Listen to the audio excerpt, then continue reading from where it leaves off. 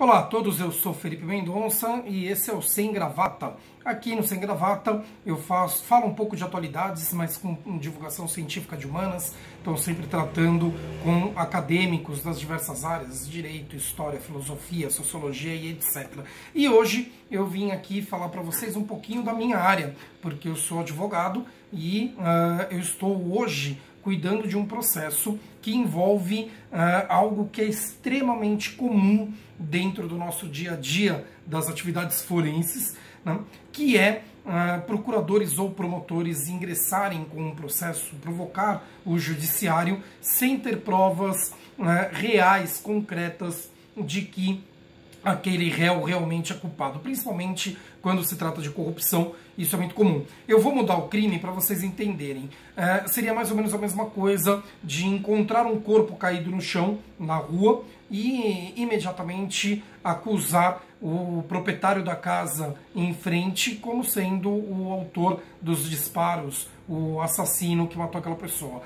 Trazendo para um crime mais drástico, dá para perceber o quanto é absurdo. Só que isso é comum, principalmente em questões relacionadas à corrupção. Então, quando o Ministério Público ou a Procuradoria do ente, né, pode ser do município, do Estado ou da União, eles se deparam com um caso de corrupção, muitas vezes eles não têm efetivamente nenhuma prova que liga uma pessoa àquele fato em si. Então, descobrem que existe um sistema de corrupção e o primeiro que der para jogar a culpa, eles tentam jogar, se colar, colou, e às vezes essa pessoa acaba até sendo efetivamente a culpada, mas muitas vezes não é, e a vida dela é transformada no inferno. Eu estou num caso específico em que uma diretora de um colégio, ela recebeu, ela teve algumas prestações de serviços de reformas na escola, né, e ela recebeu notas fiscais dessa reforma, e essas notas fiscais depois foram canceladas ou negadas por quem teria prestado o serviço. Então, o serviço existiu, mas o empreiteiro, ele, deu diversas notas que seriam referentes aos seus ajudantes, coisas do gênero, né? Mas depois essas notas foram canceladas, negadas, etc. Tá?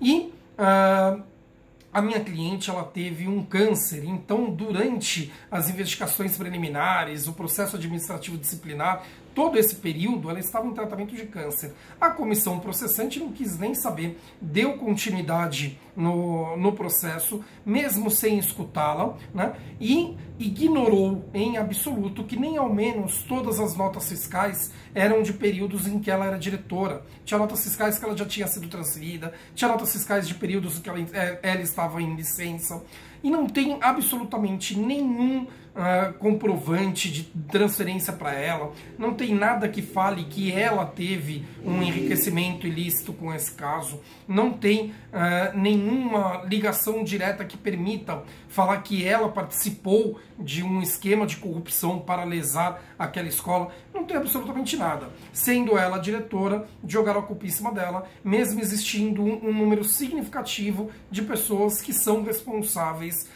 pela prestação de contas dentro do colégio. Então, percebam que a Procuradoria, nesse caso, ela fez algo que nós, advogados, estamos extremamente acostumados em ver, que é essa, olha, não tenho prova efetivamente de quem foi, mas eu vou jogar aqui e vamos ver o que vai dar no processo, né? E daí é a minha cliente que tem que correr atrás para ficar comprovando que todo o dinheiro que tem na conta dela é lícito, enfim, que ela não tem nenhuma ligação com nada disso, e isso é evidentemente um abuso de autoridade. Já era um abuso de autoridade antes, mas como não estava especificado em nenhuma lei, então nós não tínhamos muito o que fazer. Só que agora tem lei. E nós temos, desde setembro de 2019, a Lei 13.869 de 2019, e que no artigo 30 fala especificamente dar início ou proceder à persecução penal, civil ou administrativa, sem justa causa fundamentada ou contra quem sabe inocente. Isso é um crime com penas de detenção de 1 a 4 anos e multa. Infelizmente, A atividade normal dos promotores e procuradores sempre foi essa. Então, até eles perceberem que eles não podem mais fazer isso, muitos podem se complicar. Eu recomendo aos advogados que especifiquem nas suas petições, nas defesas, que tem um artigo 30 agora que proíbe isso, e peçam para que o procurador ou o promotor aponte especificamente qual é a prova que dá a ele essa possibilidade de deduzir que o autor do crime é o réu que ele acusa.